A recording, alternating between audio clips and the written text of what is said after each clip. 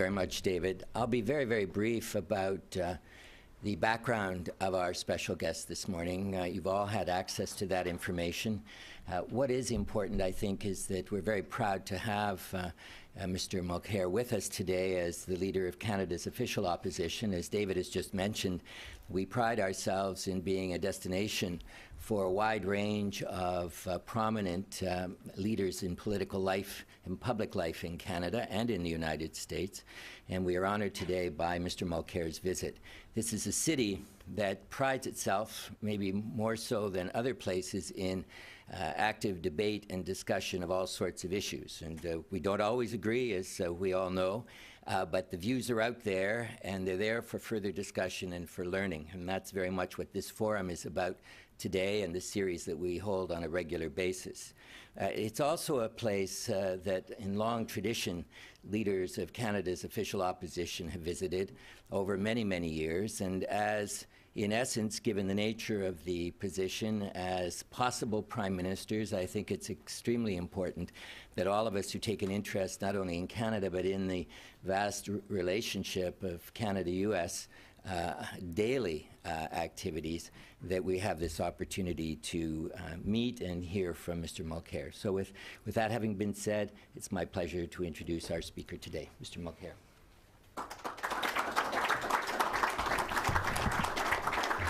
Merci beaucoup, Paul, de cette présentation si gentille. Et merci à vous tous d'être ici avec nous aujourd'hui. C'est une journée absolument merveilleuse ici à Washington. Or, as we'd say in Canada's other official language, good morning, eh? It's an honor to be here with you today to discuss how our two countries can work together to build a balanced, sustainable North American economy in the 21st century.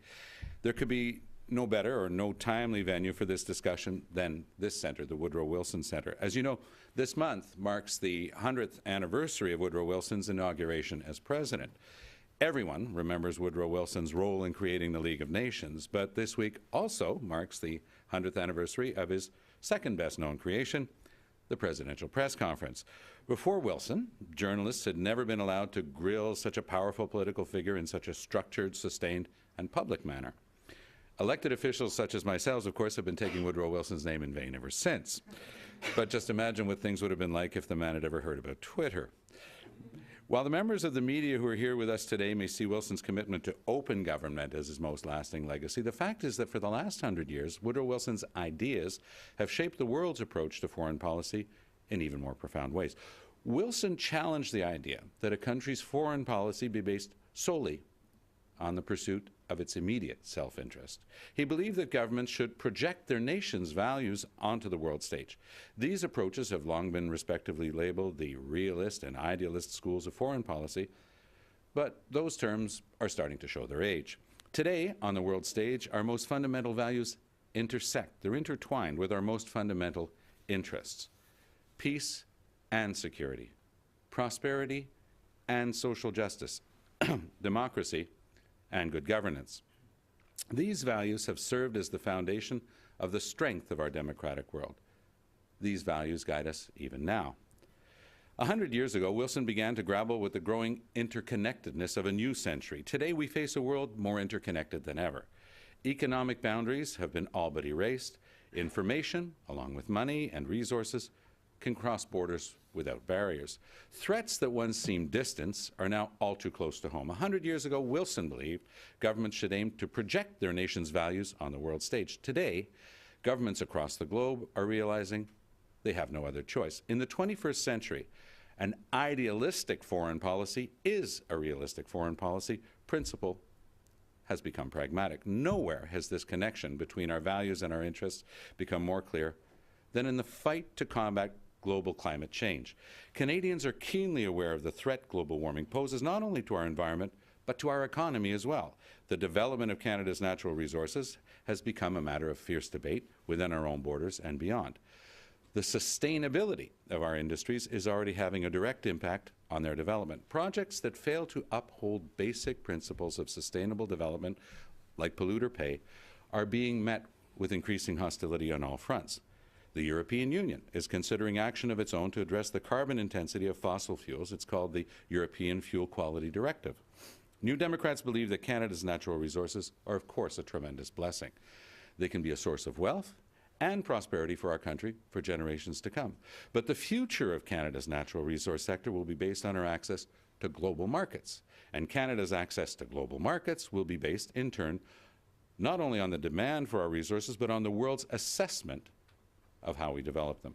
The question that faces us now is whether the development will be sustainable development. I believe that in the next century, that question will shape the world's community's global trade relationship more than any other. While using the air, the soil, and the water as an unlimited free dumping ground may be considered acceptable business practice for some, it is in fact an unfair trade advantage. In the global 21st century economy, there can simply be no excuse for failing to internalize environmental costs. And those who fail to recognize this reality will fail to thrive. In Canada, it was the New Democratic Party that first raised the issue of climate change in the House of Commons exactly 30 years ago in 1983. As Minister of the Environment and Sustainable Development in Quebec, I introduced North America's first comprehensive sustainable development law. I went so far as to propose, and it was adopted unanimously, the amendment of our province's Charter of Rights to include the right to live in a healthy and biodiverse environment. These are human rights. It's the rights of humans to continue to prosper on our planet.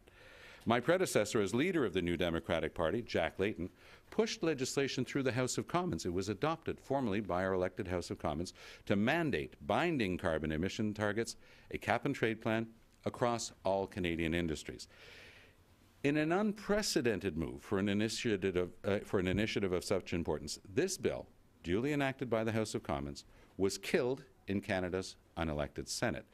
The Conservative Party used its majority in the Senate, which is unelected in Canada, to defeat the climate change bill. It's very similar to the groundbreaking climate change legislation that was killed in your Senate a few years ago. And though the end result, as I've just pointed out, may be the same, at least you can take solace in the fact that your Senate is elected. Ours act with even a mandate from voters. Last month, President Obama spoke eloquently in his State of the Union about the need to take real action in the fight against climate change. That is necessary for our children and for all of our futures. Contrast that with the fact that our government is the only government in the world to have withdrawn from the Kyoto Protocol. But what I can tell the millions of Americans who are committed to the fight against climate change is that there are millions of Canadians who stand with you. In Canada, leaders of all political parties acknowledge that climate change is real and must be addressed. The Canadian public supports basic principles like polluter pay at near universal levels, no matter what province you're in. Even industry leaders realize that they can no longer ignore these principles and still hope to profit. Forward-thinking business leaders know that their industries can only flourish when they have not only a regulatory, but also a social license as well.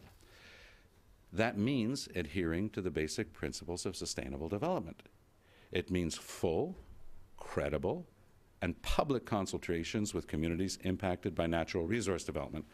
Excuse me. And it means working in partnership with Canada's First Nations to ensure our resources are developed responsibly. It's difficult to perceive Canadian resource development as a sustainable endeavour when our government guts the very environmental assessments Canada relied on to ensure a basic level of sustainability.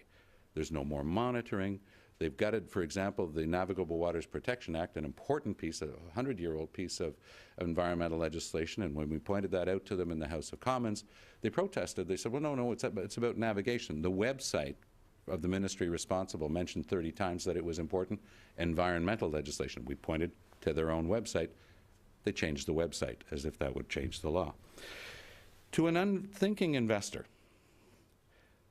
a regulatory blank check may seem like a windfall. Getting rid of all the environmental hurdles, what have you heard around the board table for so long? This is what's stopping us. This takes too long.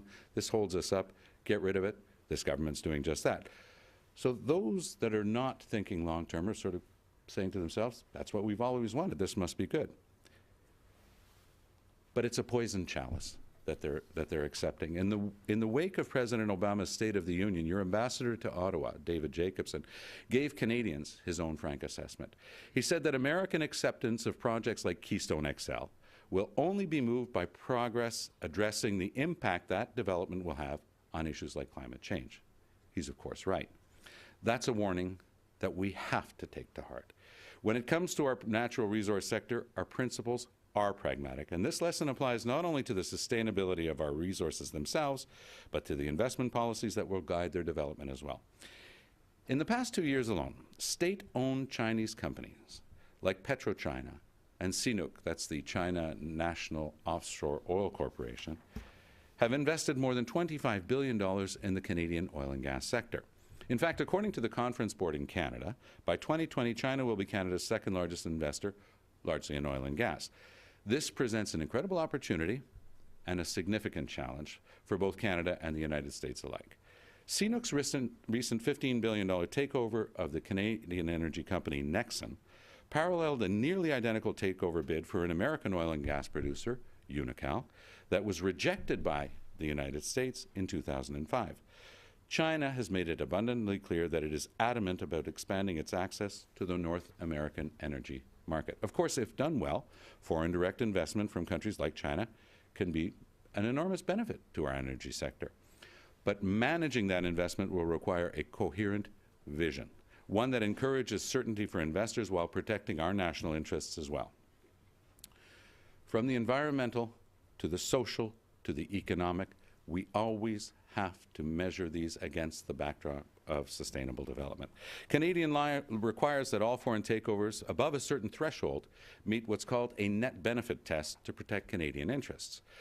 The trouble is, no one's quite sure exactly what net benefit means, and the terms and conditions that accompany foreign takeovers are usually kept secret. In 2010, an NDP motion unanimously passed the House of Commons calling for a clear definition of net benefit, one that would provide clarity to both Canadians and potential investors. Nothing, for having practiced corporate law for a long time, I can tell you that nothing an investor hates more than uncertainty. Clear rules are good for everyone. Yet after 2 years, our current government still has no respect for the will of Parliament.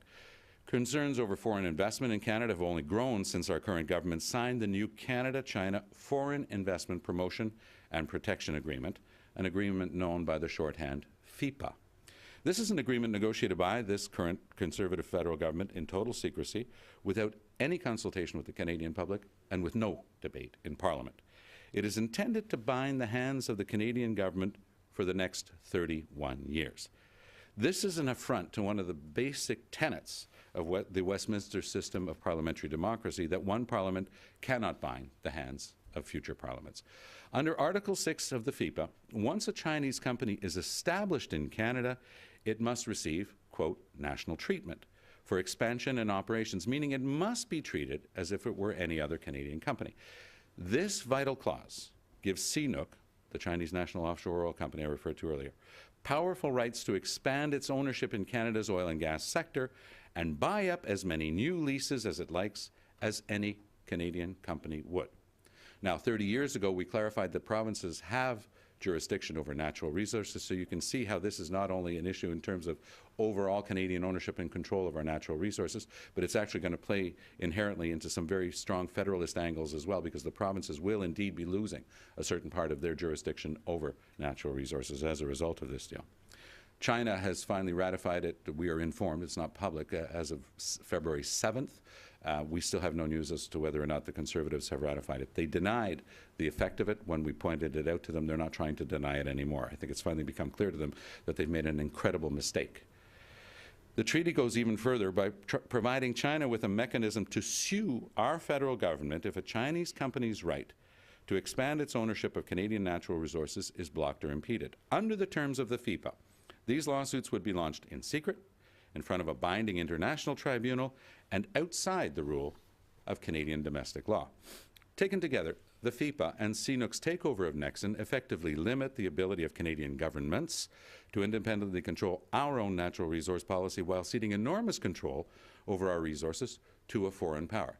Let's not kid ourselves. In the case, this is not a state-owned enterprise. In the case of a communist country like China, it's China. It's a fig leaf to believe that there's any real difference between the two.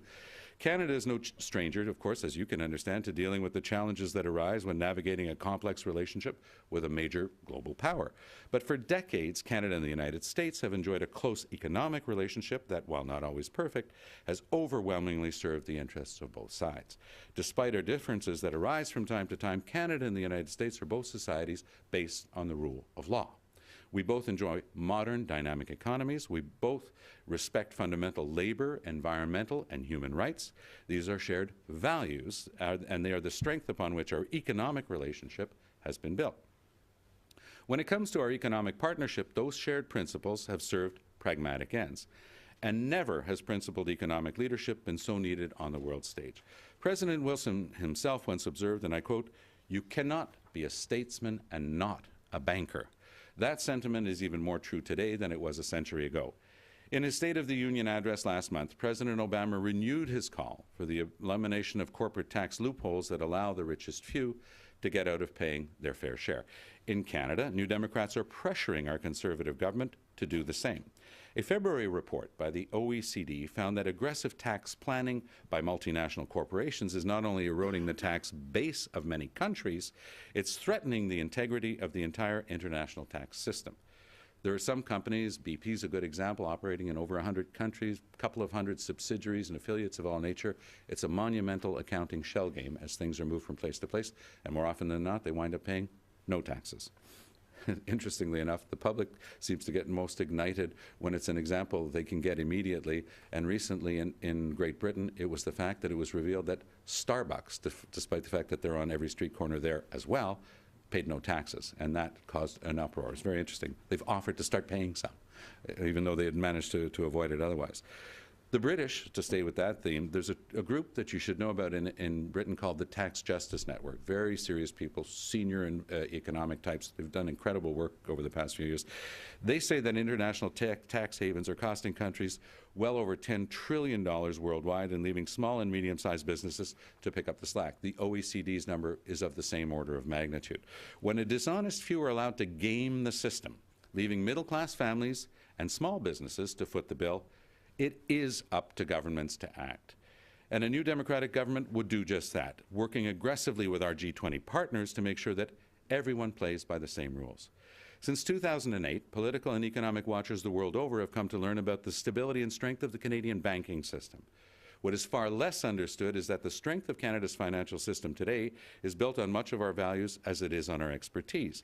Canada was not immune to the siren call of financial deregulation that swept across the rest of the developed world just over a decade ago. In the 1990s, Canada's Liberal and Conservative parties alike joined the chorus. It was only New Democrats who consistently argued that we hold the anchor tight against the calls for radical deregulation. Today, Canadians are thankful we did. Canada's financial industry provides ample opportunity for ambition and for profit. It provides significant incentives to attract the best and the brightest of our society as to that sector as a profession. But what a system does not allow is for the narrow self-interest of a few to trump the larger interests of all Canadians. It does not sacrifice stability for the sake of promoting voracity.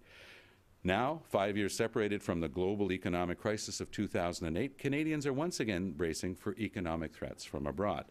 The threat of financial instability in Europe, the threat of political gridlock right here in Washington, the effect of U.S. sequestration cuts that have recently come into effect, combined with an end of various tax breaks 2 months earlier, are already affecting the American economy and Canada's as well. Consider the effect that cuts to border services are having on your economy in the Northeast and Midwest. Now imagine if instead of your exports crossing that border constituting 4% of your gross domestic product, as they do, they comprised 23% of your gross domestic product, as they do for us in Canada. You can understand our concern. The United States faces a serious long-term budget challenge. That can't be denied. But the arbitrary austerity of sequestration is not a solution to that challenge or to any other. You can't austere your way out of a crisis. Neither are the gridlock and brinksmanship that have gripped your capital. At its heart, the pursuit of public life must be the pursuit of public interest, of good government. Our country, much like yours, faces record levels of voter disengagement and frustration.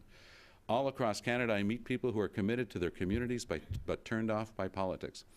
A figure that might startle you, in our most recent general federal election, 2011, fully 2/3, 65% of young people aged 18 to 25 did not vote. That's an indication of a profound problem. and we're starting to address it. We elected a lot of very young MPs in that election, in the NDP. We've been sending them out across Canada to engage on the colleges campuses and on the university campuses across the country to talk about the change that they can get. People are turned off by the cynicism and the game playing, by the antics that they see in Parliament, and to be blunt, it's difficult to blame them. But in that federal election that I just described, something special happened. From coast to coast to coast, Canadians began to rediscover their voice in our democracy. They didn't just embrace the positive and optimistic vision put forth by the new Democratic Party, they saw themselves as part of it. Nowhere was this more true than in my home province of Quebec, where millions of voters made history by delivering a resounding no to the politics of division that had weighed us down for so long. I'll give you an interesting example of that. During the middle of that election campaign, the Conservative government offered loan guarantees for a large hydroelectric development in Labrador called Muskrat Falls, and it's in the lower part of the Churchill River and Gull Island. Massive project. In my home province of Quebec, there was an uproar against it. There were even resolutions unanimously condemning it, the loan guarantees, saying that Hydro-Quebec had not had the same advantage. Our approach was to say, well, find out what the criteria are, and next time you have a project, get the same thing. But you can't preach in favor of green renewables one day and then be against them the next day because it's in your neighbor's backyard. That hydro, by the way, was going to be set to displace heavy oil that was being burned and coal that was being burned, both in Newfoundland, Labrador, and Nova Scotia, and indeed in New Brunswick. So it was a good project. And we were told that I was the only seat in Quebec at the time that forget about it. You know, you can't be in favor of this. And you know what? Quebecers gave us a huge mandate. They supported us because they believed that these were important issues. Quebecers have always taken that sort of forward-looking view themselves. They didn't listen to those who were criticizing us for supporting those loan guarantees. And we're going to continue doing exactly the same thing on other big energy projects, talking straight to people about the need to protect future generations, their right to have the same thing that we've had. We will become, if we continue this way, the first generation in Canadian history to leave less to the next generation than what we ourselves receive. We find that totally unacceptable. So even as we in North America struggle with the fallout of the deepest economic crisis since the Great Depression, the rest of the world hasn't stopped rotating on its axis. Whether it's activists fighting for the rule of law and respect for human rights in China, or young people demanding accountability from their governments in Eastern Europe, or an entire generation awakening in the Middle East, the struggle continues against challenges far greater than what we face here at home. The actions of great countries, such as ours, will shape the next century just as they did the last. Will we act out of fear or mistrust and risk deepening that division? Will we sit idly by and allow emerging democracies to flounder? Will we shrink from the challenges that stand before us, or will we rise to the occasion? As President Wilson understood, we can't separate our most fundamental interests from our most deeply held beliefs. Democracy, human rights, and social justice are not the luxuries of the powerful. They are the values upon which our power is built. In the last century, our two countries served as a model of partnership and progress for a waiting world. We built that partnership on the strength of these values. In the 21st century, as we prepare ourselves for an increasingly complex set of challenges, let's recommit to those same values and to those who share them. When we look out onto a horizon filled with uncertainty, it's those most familiar and most ardent principles that will guide us. And that will allow us to continue to overcome even more daunting hurdles. As I was walking this morning, I found a series of plaques to different people who have accomplished a lot here in American life, and one of them that I've always admired a great deal is the person I consider to be, for all intents and purposes, the founder of the modern environmental movement, Rachel Carson. And here it is, the quote that they had in her plaque. It's, "We are challenged as mankind has never been challenged before, to prove our maturity and our mastery, not of nature, but of ourselves." On that, I thank you, and I'm now open for your questions.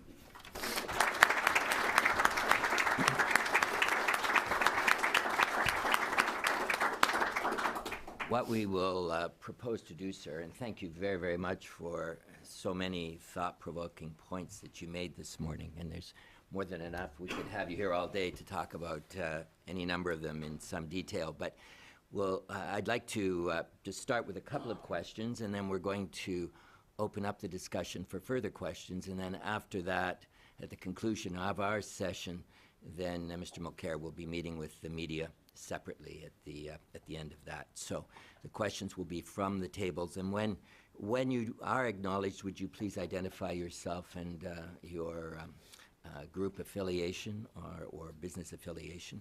But first, sir, if I may, when we talk about sustainability and sustainable economy, both in North America and abroad, it seems to many of us that we are at a particularly disputatious period, both in Ottawa politically and in Washington. I think it's all too evident for the folks here. And it therefore diverts many lawmakers from some of those very important issues that are reflected abroad, whether it's emerging nations, change and significant transition in government.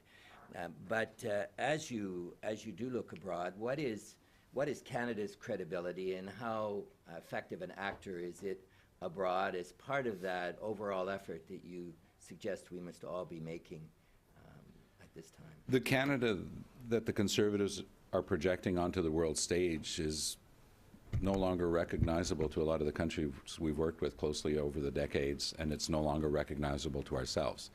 Bellicose, adamantly fighting any serious attempt to deal with the issue of climate change, withdrawing us from Kyoto, lecturing at the United Nations, calling them a bunch of dictators, hectoring. It's not productive. It's a way to appease your strong right-wing base, but it's not a way to move the world forward. Canada has a proud history as a peacemaker. We all look at situations like the millions of people who have left or are leaving Syria right now and realize that the world can and should be doing more. Canada is not stepping up to the plate in issues like that. So we do think that we can be doing a lot more on the big issues before us, like dealing with the sustainability. And if we have a 2, 3, 4 degree centigrade increase in world temperature over the next century, we're going to be wreaking havoc on the ability of all species, including ours, to continue to live in this environment. We've never had any trouble understanding that we could impose on our trading partners certain minimum rules with regard to other human rights. Even though it's not perfect, we theoretically, because some people are actually indentured as they're picking the cotton that goes into the clothes that you wind up buying on High Street. But generally speaking, there's nobody in the world that sees strong rules against child labor or slave labor as being anything what they are, rules that reflect fundamental values, and they can be used as barriers in international trade. I put it to you that in the next 25 years, the #1 issue in international trade will be environmental, whether or not we can impose minimum standards, whether it's something very objective and measurable like pesticides, or something that requires a more complex assessment, like whether or not the other country is applying basic rules of sustainable development, is involved in the world in trying to reduce greenhouse gases that are threatening life on this planet. So that is something that we're going to have to look at carefully, all of us, in the years to come. Canada can and should be playing a leading role. We are physically located in such a way that we're feeling the effects very immediately on the polar ice cap, for example. Another great source of greenhouse gases is the loss of the permafrost, which contains and holds a lot of methane. That's 22 times worse than CO2 as a greenhouse gas. So these are big drivers in global warming right now. We should all be very concerned about it, and we can be acting on it if we believe in it. If we're told that that's just rubbish that's being made up to scare people, and it's to raise money for the environmental groups, which is what the Conservatives affirm, then we won't start working on it. But it's a real problem, and one that we have to start addressing. Thank you, sir. The issue of cybersecurity is an issue that's discussed in different forums almost every day in this town. You're going to be meeting, and we'll spend some time with a variety of Americans during your stay in Washington.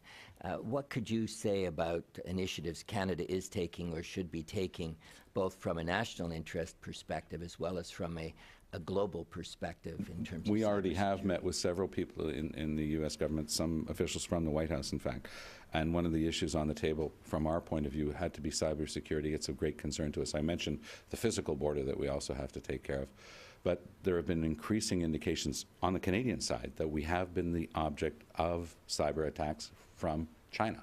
You've had the same indications here. So we've got to become mature about it, develop the techniques and the ability to deal with it, and be lucid about the fact that it's being done. An attack of that nature is no less an attack for having been done digitally. With respect to the Trans-Pacific Partnership negotiations and Canada's, I think, late phase now, negotiations with the European Union on a trade agreement. I would add that, again, here there's a sense of uncertainty, not quite insecurity, but uncertainty about the negotiations underway for the TPP. Now, Canada will be participating for the first time in the meetings in Singapore a few days from now. What can you say about Canada's stance with respect to the overall negotiations, and what would you, as leader of the opposition, hope that Canada will achieve through those negotiations? I'll start with the second one, the CETA, this comprehensive European trade agreement that we're working on. When I describe the inequalities in the approach that we're taking in the deal that we mistakenly, I believe, signed with China, we can't say the same thing about the European Union. I mean, we're dealing on an even playing field. We're dealing mostly, for the most part, with countries that have very high standards when it comes to their labor laws, very high standards when it comes to their environmental norms. So, and the rule of law and an independent court system and traditions in that regard. So that's the objective reality of the start of this. I have to say that in Canada, in the past few months, I have met an equal number of people who are ferociously opposed to this trade deal, who have never read it, as I have met people who are adamantly in favor of this trade deal who have never read it. So I can be forgiven for wearing my name well, Thomas, and saying I want to touch the thing, I actually want to see it. We're going to look at the exact wording of things like investor state provisions. Those are going to be important. After the NAFTA, Canada realized that maybe the way it had been drafted had not been allowing us enough latitude to have rules regarding public protection. 2,4-D is a good example. A pesticide that we had banned in Quebec, challenged under the NAFTA by Dow. It was basically a push. Everyone walked away with what they needed after the litigation. But that being said, nation states and other jurisdictions on a subnational level who have responsibility for these issues have to be able to edict rules in the public interest and public protection, as long as it's transparently in the public interest and not a disguised way of protecting markets. And the NAFTA gave some good models on that. We don't think about this part as much, but free trade and professional services under the NAFTA is something that's actually been very productive and positive between the two countries, and it's had a salutary effect within the countries to start breaking down long-held state-by-state, province-to-province barriers. So if you look at these things objectively, they can produce a good result, but we're going to be watching that sort of thing very carefully. There are others that people have talked about, like the cost of prescription drugs. It's a problem because you don't want individuals to be stuck with that, but governments can move in on that and start compensating if you give better protection to get up to the world level, which Canada probably would be offering in that one. On the TPP, that's a bit of a complicated one for us. One of the things we're going to be keeping our eye specifically on is what's called la gestion de l'offre in French, supply management in English. It's a technique that we have in Canada, quite different from the States, where you have a lot of direct subsidies. So if somebody goes to Minneapolis and looks at the price of a gallon of milk and compares it to an imperial gallon on the Manitoba side of the border, might say, well, one is a lot cheaper than the other, but the American one's heavily subsidized before it gets to the store shelf. The Canadian one is the object of this system that we think has produced good results. You know, we've got lots of families in Ontario and Quebec that are not just in their third or fourth generation. On the Quebec side, we've got a lot of people who are in their third and fourth century on the same land. So they've been able, by and large, despite the ups and downs of the economy and the cyclical nature of the economy, to hold on to their farms and not see them be brought up by big aggregators and conglomerates. We think that that's a good thing. The Australians and the New Zealanders have largely gotten rid of subsidies in agriculture. They're saying, we want part of that market. So there's going to be a lot of pressure on Canada in that one, on that one. Overall, again, we're going to have to look at the countries that we're dealing with. We in the NDP honestly believe that you are allowed to look at people's records on things like human rights and the environment and before you sign that sort of deal, because it's a reflection of who you are, who you deal with on this sort of thing. And I think that we're allowed to challenge those issues as we sign these deals. Thank you, sir. And one last point deals with a House subcommittee hearing tomorrow, a subcommittee of the larger Foreign Affairs Committee. And the subcommittee is going to look at the Western Hemisphere and how enhancing partnerships with Canada and with Mexico would enhance U.S. energy security. If you were invited to speak before that subcommittee tomorrow, what one or two key points would you like to communicate to that subcommittee on Well, that there are a theme? lot of challenges, and some of them are structural and quite easy to deal with. For example, right now between Canada and the United States, business groups have been pushing for a long time for harmonizing the very simple rules that surround the manufacture of a lot of consumer products. There's not really that much difference, but there's enough of a difference to make it really difficult. For no valid reason. So if Europe has been able to work across the boundaries of 27 different nation states and come to rules on this sort of thing, I think that that's a little bit the model for the future. I've been prudent because I've been invited by lots of people over the past few days to give lessons to this side as to what to do for their energy security. I'll tell you what I would do for Canada. As the leader of Her Majesty's Loyal Opposition and a government in waiting, I would make sure that we took care of our energy security, something the current government's not doing, because whatever else happens with global warming, we will have to heat our houses and run our factories.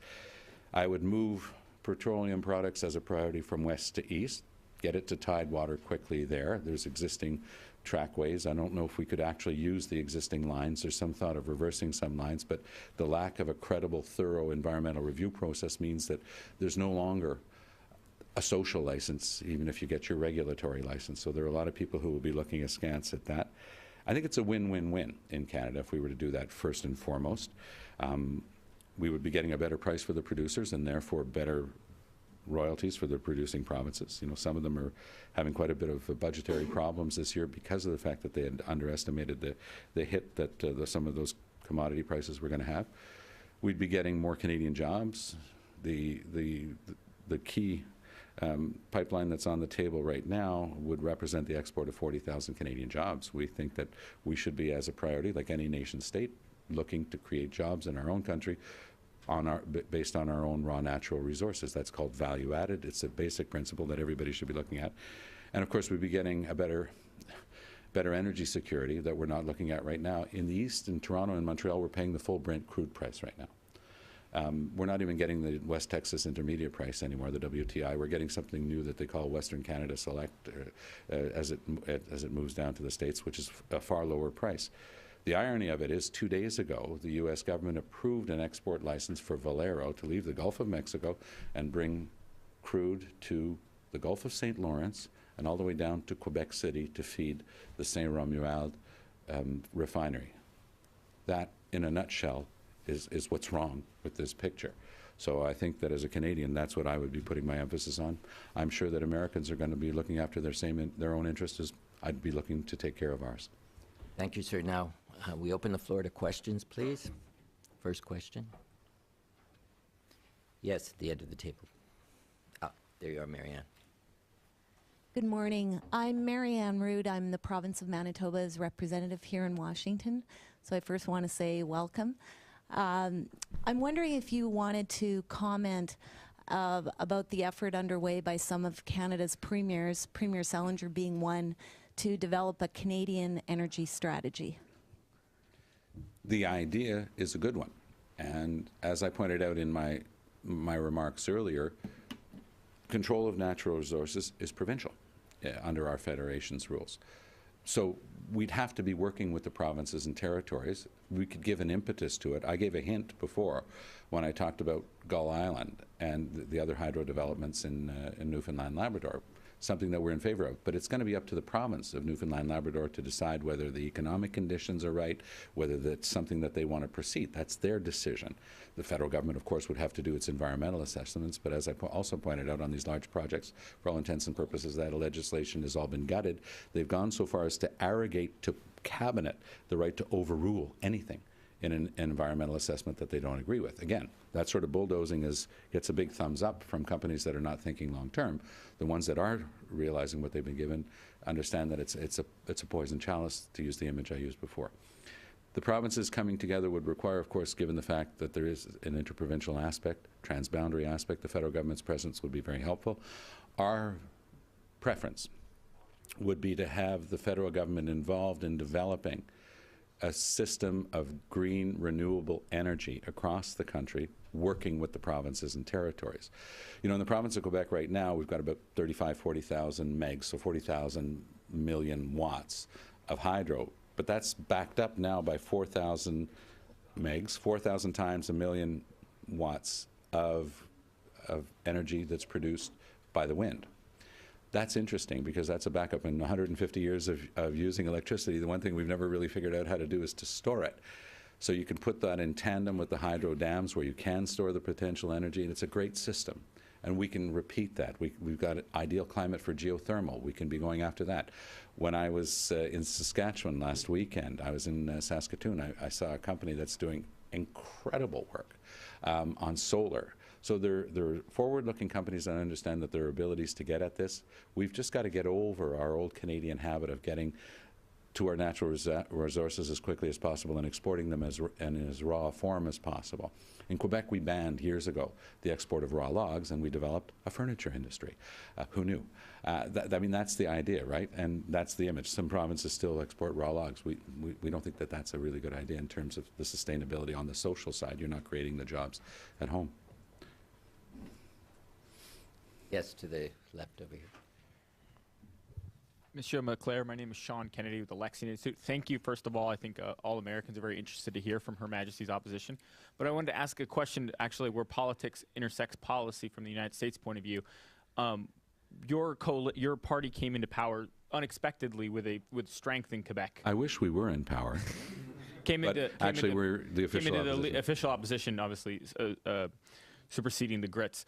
And in your position, with an overwhelming percentage of your caucus from the province of Quebec, the question of federalism and separatism is always at top of mind. With the floor crossing the other day and the Clarity Act, how can you assure Americans that when in government, the New Democratic Party, with a strength in Quebec, would be, one, stable, and two, would be a federalist party?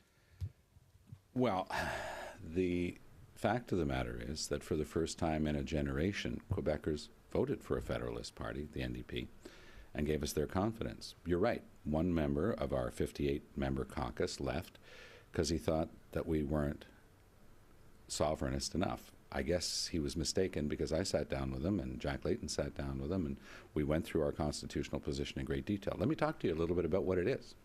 It's called the Sherbrooke Declaration, and it's a way of putting an end to decades of provocation by some of the older parties who used to love to stir up the nest in Quebec.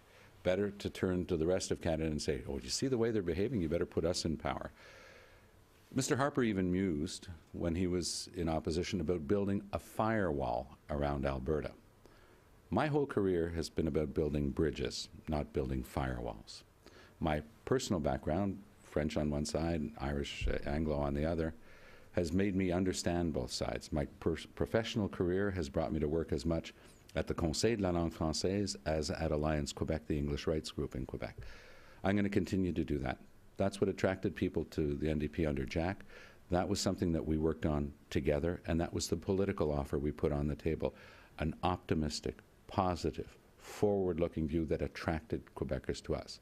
So I'll let people use the type of language that you used. I don't know the Lexington Institute. I'd love to learn more about you, but I can only tell you this.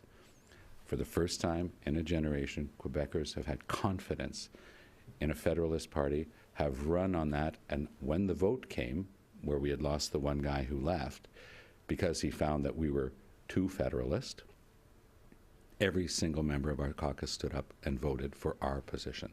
We have a law on the table that's clear with Canadians 2.5 years out from the next election. There'll be no surprises on that. And it essentially says what, that law? It says that you're going to have a clear question. We give examples of what a clear question would be if you ever want to start discussions on any constitutional change, including secession. We open the door for positive constitutional change. We can also open the door for positive administrative change without the whole rigmarole of Meach and Charlottetown, these big divisive things that we went through in the past. And I'll give you a concrete example we said in our legislation. It's been a long-standing view in Quebec that the federal government should not be able to invade areas of exclusive provincial jurisdiction. Other provinces don't feel as strongly about it. Under the 1867 constitutional deal called the British North America Act, you'll not find anything about the federal government's right to intervene in provincial areas of jurisdiction. It's something invented by the Canadian Supreme Court. We don't find any problem in telling Quebecers that it's our view that Quebec should be allowed to withdraw with full compensation, without conditions, whenever the federal government sets up a program to invade an area of exclusive provincial jurisdiction. We think that that's healthy. Getting that sort of thing out on the table now, being able to discuss it. The advantage I have is whether I'm in Calgary or in Chicoutimi or in Washington, I say the same thing, and so does every member of our party. You're right, but you know what? The departure of that colleague opened up a much wider corridor for us. Canadians realize now that we are a Federalist Party standing strong in favor of Canada, but a better place for Quebec in Canada, winning conditions for Canada in Quebec. That's what we're all about.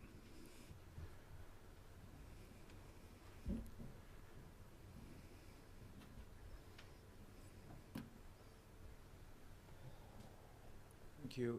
My name is Fazli Siddiq, and I'm a professor at Dalhousie University and a fellow at the Harvard Kennedy School, but this year I'm the Canada-US Relations Fulbright Professor hosted by the Wilson Center. Thank you for your excellent remarks. And I guess my primary focus is on the many reservations that you have expressed about the current Conservative government led by Prime Minister Harper, and with regards to its international conduct, about which you also expressed very serious reservations. Could I ask you, sir, in what respects would an NDP-led government in Ottawa, with yourself as Prime Minister, have a different relationship with countries of the world, in the Middle East, in the Far East, and especially in our relationship with the United States? What are some of the most important elements where an NDP government would conduct itself differently from the current Conservative government? Well, I would start with the United Nations. It's still our best hope in the world. And if you don't work within the framework of international institutions that we've given ourselves to have the hope of moving forward in the world on the big issues like peace, like security, like getting drinking water to people in countries that don't have any. These are all things that we've done through international institutions. I didn't ask him to do it, but all you can do is look up John Baird's speech before the United Nations. You would never see a member of our government do something like that. It was an intentional slap in the face, a provocation, and it wasn't even accomplishing anything there. It was strictly done for their Reform Party base back home in Canada. Paul Dewar, who is our foreign affairs spokesperson, has been working hard on these issues. Hélène Laverdière, a career diplomat, another member of Parliament, she came in on the Orange Wave, and for our friend from the Lexington Institute, she's the one who defeated the head of the separatist Bloc Québécois in his riding. And so with people with their experience, we would make sure that Canada re-engaged on the world stage. The Canada that we could have been so proud of in the past, playing an active role in peacekeeping, being there when the world needed our experience, our expertise, and yes, our resources to try to play that positive role. We've always been able to be an even-handed player on the world stage. On the Middle East, our position on one of the key Middle East issues, which is, of course, the Israel-Palestine issue, is for a two-state solution. We want a state for Israelis and a state for Palestinians within secure, mutually agreed, protected borders. We think that that's the way forward for the future. We'll always defend that. There's also a great opportunity in the Arab Spring countries, as we've watched, but we're quite concerned a couple of years out from that, that some of those might not be living up to the promise that strong reaction of the public had been allowed to create. So we're going to be very concerned on that. Around the world, we'd like to get back to a Canada that's perceived, because we would be an even-handed player capable of portraying ourselves and conducting ourselves in an even-handed manner, a fair arbiter of world affairs, and one whose conduct would be respected. When we signed Kyoto under a different government, a liberal government, we went on to have one of the worst records in the world on greenhouse gas production. So we sometimes in the past had the tendency to not behave as we would like to have had people believe we were behaving. Under the Conservatives, I think it's a tragedy, but at least it had the merit of being clear. They actually withdrew us from the Kyoto Protocol.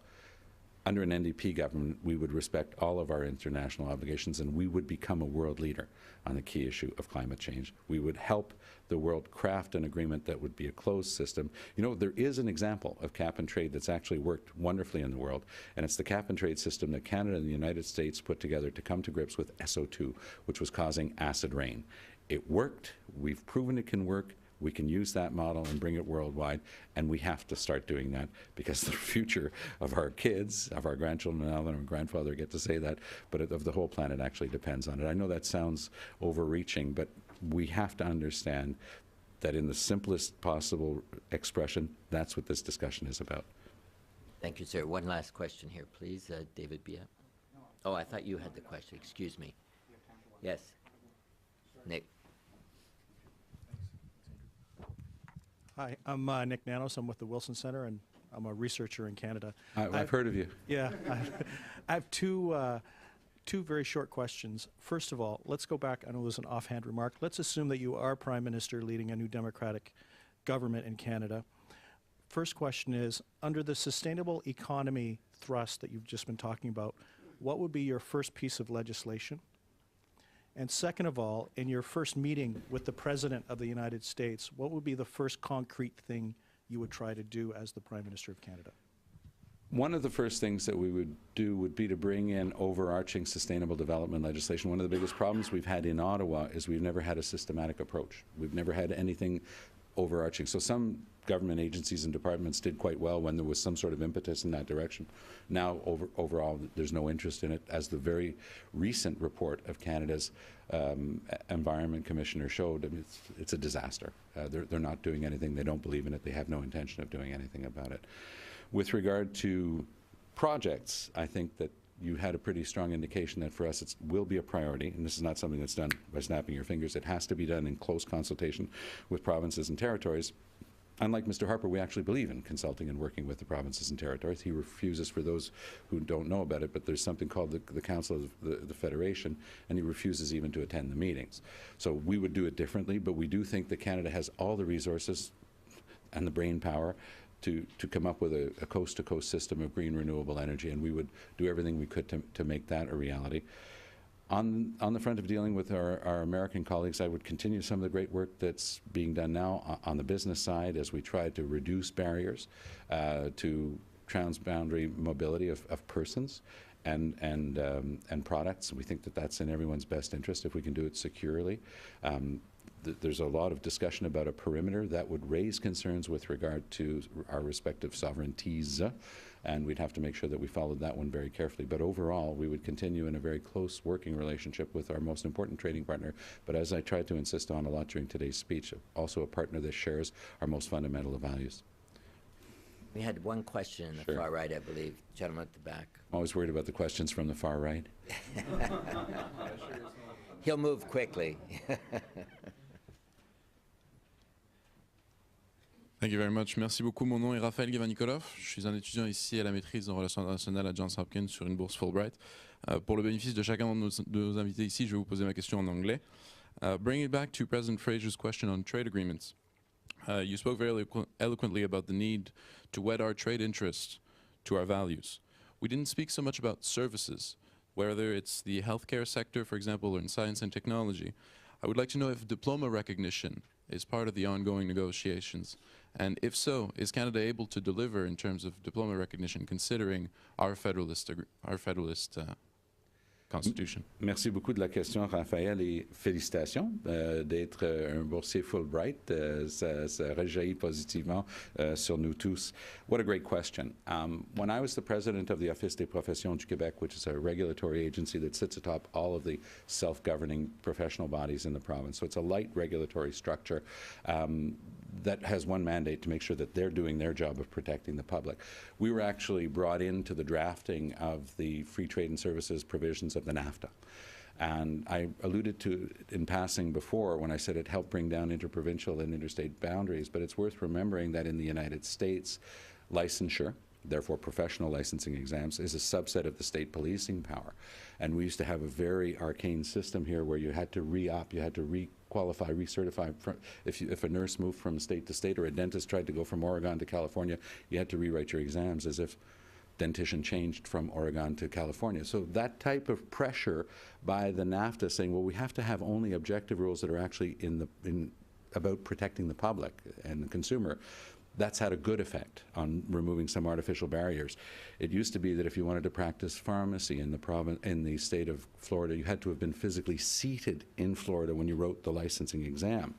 So if someone had written the identical exam in another state, they couldn't qualify to practice in Florida. A rule like that had everything to do with protecting the market of pharmacists in Florida and absolutely nothing to do with the protection of the public. So these are big issues writ large. And I would add one thing. According to Statistics Canada, the #1 cause of poverty amongst immigrants is failure to recognize their professional credentials. And that's something that we have a state obligation to work on. So it's not enough to say, well, we've got this system now and then leave people alone. You have to actively make sure that the residency requirement can be met because there's a residency available. There was one case of one profession that wanted people to write an exam that was going to cost $7,000 to write the exam. So you have to remove that sort of physical barrier, but it's a winner overall. And it's because the provinces and the states have always had this very balkanized division that there was no reflex to think that this was possible. You know, you just sort of affirmed that, well, Canadian architects obviously don't know enough about earthquakes, or American architects don't know enough about snow loads. Well, actually, it's not very hard, and once you've got all the rest of your professional qualification, you can still double-check the program itself and make sure that people are okay. One of the things, as Europe was brought together, from the ashes of the Second World War, people like Jean Monnet, like Konrad Adenauer, had a vision that they could bring people together. So at first it was around a coal and steel community, and then it became a common market. And, you know, with all its attendant challenges about, you know, butter mountains and milk lakes as they tried to get a common agricultural policy, and that morphed into, you know, a European economic community, and then still further into a European Union. Today it's still imperfect, but it's that vision, that drive, that from day one saw them say, well, if we're going to do this, you know, there's really no reason to say that an Italian dentist can't practice in Britain. And so you've always had that approach to say, if there's no need for a barrier, don't have it. Well, it's the same thing. We can't use public protection as an excuse. It has to be a goal. And if it's an objective goal and it's transparently in that interest, you maintain your right to have a rule in that direction. But other than that, you have to be working. The greater mobility is a good thing for people. It's a good thing for both economies. And your examples were particularly well chosen. Thank you. Thank you very much, sir. Bien, merci. Thank you.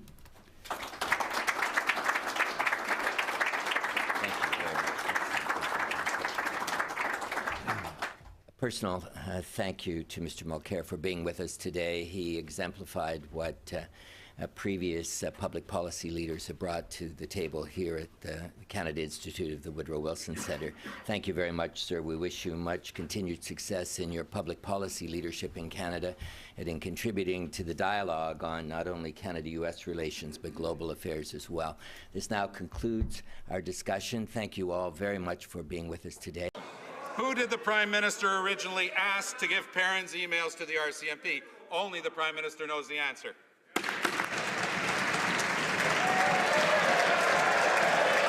Right, Honourable Prime Minister. Just to be clear on the previous matter, of course, Mr. Duffy was living at a long-time residence and claiming travel expenses.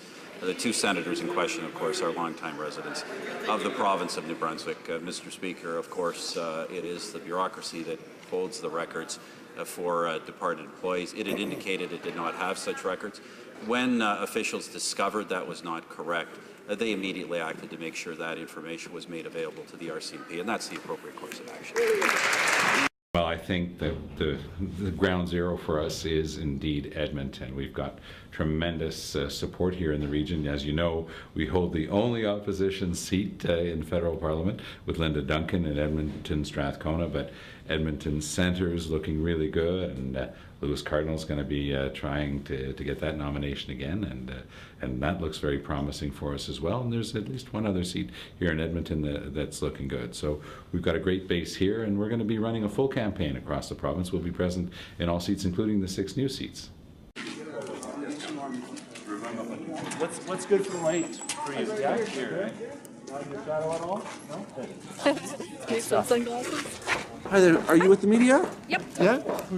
I'm with Joe, and we are JCB Dude. We're yep. I'll give you a card after if you want. Well, we know that it is an area that's fairly strongly conservative, but you also saw the spirit in that hall today. Just for a quick lunchtime stop, we were able to pack the hall with a lot of people who are excited about the positive message of the NDP, saying that we don't have to listen to the siren song of the Conservatives who are telling Canadians that they have to settle for less, that their kids have to settle for less, that we can indeed maintain our social programs like Medicare in this country. Stephen Harper would start dismantling that if we left him in power. He will tell people that they can't retire with dignity at 65, they have to work till 67. So we've been going across Canada, meeting with people, listening to them about affordability issues. 60% of Canadian families live paycheck to paycheck. We've seen an actual decrease in the salary of 80% of Canadians over the past generation. That's the first time that's ever happened. So we're there, the NDP, with a positive message about what we can accomplish together, and it's being well received. So, Mr. Mulcair, the whole marijuana issue, it's really exploded since Justin Trudeau sort of made his statement in this area. Where does the NDP stand on decriminalizing marijuana? Well, there's two different questions. One is decriminalization and one is legalization. For over 40 years, the NDP has said we can immediately make sure that no one will have a criminal record for possession for personal purposes of marijuana. That's an easy thing to fix the day after the government is formed, and that's exactly what the NDP plans to do. That's also, by the way, the position that's now being taken by a group like the Canadian Association of Chiefs of Police. So there's a wide consensus in our society that we can move towards that. With regard to full legalization, it's a bit more complicated. It would require more analysis. We have to work with health, law enforcement, and social officials. We would have a wide consultation on that because there are complex issues like supply that would have to be dealt with. But on the immediate issue of decriminalization, something the NDP said for 40 years, we shouldn't be criminalizing that. Someone shouldn't have a criminal record, risk jail time, and then be told, for example, they can't go to the States anymore because of possession of a small amount for personal purposes. That doesn't make any sense. Similar stance to the Liberals? Well, you're going to have to tell me what the Liberal stance is, because these are words that get thrown out there with no details, as usual. So I think that the question has to be asked of them. Provide details. They never seem to be able to. The major issue in this region is one of genetically modified organisms. Yes. There's a large movement against it here in this region. Where does your party stand on that? Well, we are strongly in favor of compulsory labeling of foods that contain GMOs. Europe has gone to that compulsory labeling, and any food that contains more than 1% GMOs, there's no reason not to be able to do the same thing here in Canada. That'll put a decent pressure. The same way you've now got organic foods. People are sometimes willing to pay a little bit more to have that. It becomes a health choice. People want to avoid foods with GMOs, so they'll at least know whether or not a food contains it, and the market will adapt to that. But we think that it's an essential question of public protection, and people have a right to know what's in their plate. You've been commended for your performances in question period, and your popularity relative to the other two leaders sounds like it's been quite high. But that's not necessarily been reflected in your party's popularity. Does that worry you? We've got 20 months to go before the next election. We're going to just work nonstop in small meetings like the one here today, where you get 100 people out at the drop of a hat to hear a positive political message. Last night we were in Kamloops. We had 300 people out to a meeting that was called with very little notice. There's a lot of interest in the positive message of the NDP, what we can accomplish together. The type of message that Jack Layton pushed in the last election, working together with others, going out beyond our traditional base, talking to Canadians. We've been at everything from kitchen tables to large meetings, and we like the reaction that our ideas are getting. We're the only party that's talking about people. We're the only party with any credibility on sustainable development. These are things that we're actually going to do, and that's why we're going to keep working hard for the next 20 months, and we're confident about the result. Thank you, gang. Take care. Thanks very much.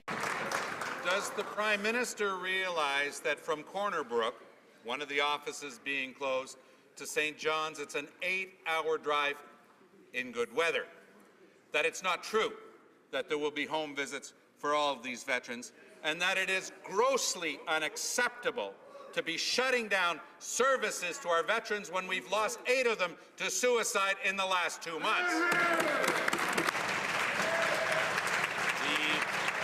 Honourable Minister of Veterans Affairs. Well, Mr. Speaker, we all are very deeply saddened by the suicides, but I think it's patently unfair to connect those unfortunate circumstances to the office closures. Mr. Speaker, we do intend to keep on working on these issues to ensure that veterans, whether they need immediate service and be visited by a caseworker, that continues to be, as well as their opportunity to access a local, very, very close by service center office where veterans' issues will be dealt with at that point. Hear, hear.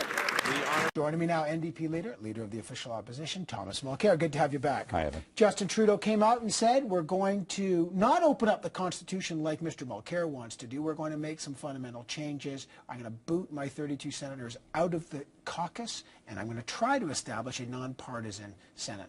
Something your own party wanted to take the partisanship out of the Senate.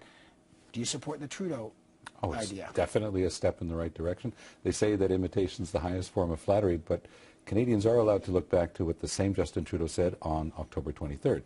In response to a motion from the NDP calling on the Liberals to do exactly that, he attacked us, saying, that's absolutely impossible, that can't be done.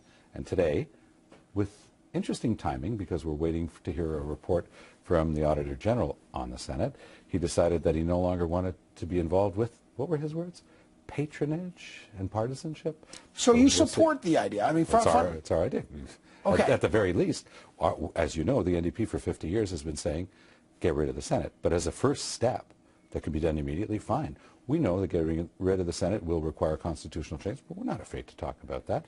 Constitutional changes come. I mean, when I was in Quebec City, we changed our religious-based school boards, our confessional school boards, into linguistic boards. It was a big debate. I was there, I took part in it, I delivered our position on that. But you and I both know, when you want to open up the constitutional Pandora's box as a federal politician, you never know what is going to come out. And the Liberals have said, Tom Mulcair wants to get into 10 years of constitutional wrangling. We've seen that movie. Let's do what we can now. You agree with it. Are you prepared for 10 years of a constitutional fight? Well, Evan, that would assume that we're as incompetent as the Liberals, but that's not the case. As I was just saying, we were able to get that very important constitutional change. I was there. I did it. The other thing that's interesting when you listen to Justin Trudeau speak, he boasted today that he was there to do things that were very difficult, to do the hard things. Then he turns around and says, but getting rid of the Senate is just too hard, so we won't even try. He said in October that getting the Liberal senators out of their caucus was just too hard. He finally agreed with the NDP today, step in the right direction. Now let's go the whole way. Let's get rid of the Senate. And by the way, there are different ways of doing it. It's not because the Conservatives failed and the Liberals failed.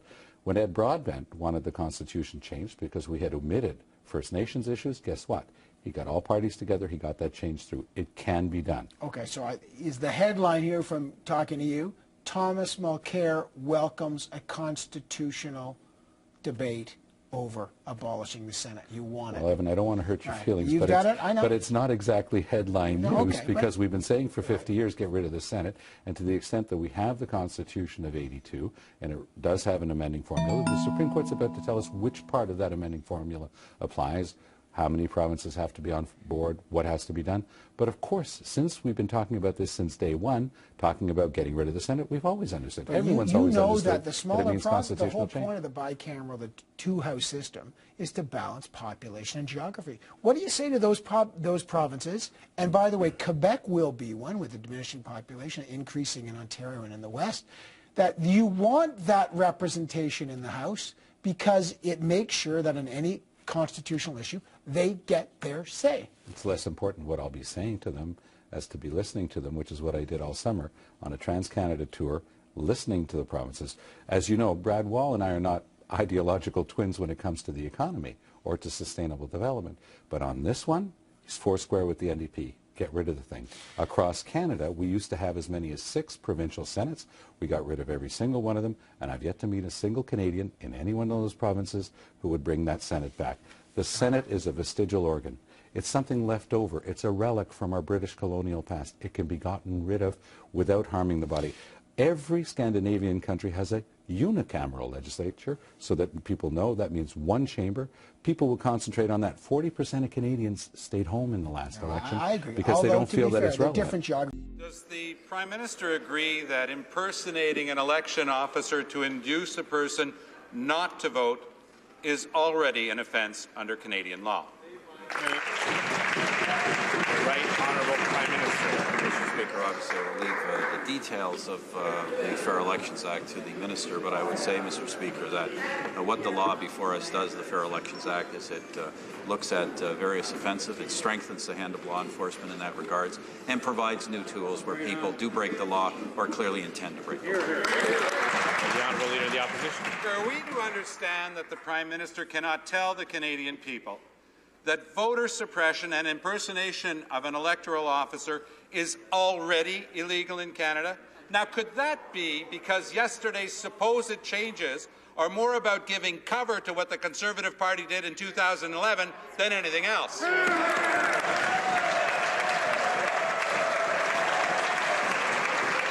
The Right Honourable Prime Minister. Speaker, as the court ruled, the Conservative Party did no such thing. On the contrary, Mr. Speaker, we are aware, as many people are aware, of some clearly inappropriate and probably illegal activities in Guelph, and we want to make sure that those type of activities are not allowed to happen again and that they are thoroughly investigated and prosecuted. An Ottawa meeting earlier this week was officially about Ukraine, but it had an intriguing ad at the end of the agenda. CBC News has learned that Prime Minister Stephen Harper also used the meeting to get insight and advice about the upcoming Quebec election. That in itself is not so unusual, but what might surprise many Canadians is who was on the other side of the table. CBC's Rosemary Barton has the details. Rosie. Peter, the possibility of a majority sovereigntist government in Quebec has everyone in Ottawa keeping a keen but quiet watch on the election. In fact, CBC News has learned that when the Prime Minister met with the leader of the official opposition on Tuesday to discuss Ukraine, Stephen Harper had some very specific Quebec questions for Tom Mulcair, a longtime Quebec politician. Si le Québec était souverain, it has been more than a decade since the Parti Québécois won a majority in Quebec, something Stephen Harper, in his time as Prime Minister, has never had to face. His relations with Pauline Marois are said to be good, but the man who most recently advised Harper on all things Quebec warns it will be more difficult if Marois wins big. You respect Mme Marois a lot, but of course you would prefer not to face that situation. And nobody who is a federalist would like to face that situation. Harper only has 5 MPs from Quebec, and his party is not popular in the province. They're trying to cheat in advance. He has been under attack for months by Mulcair, most recently on the Fair Elections Act.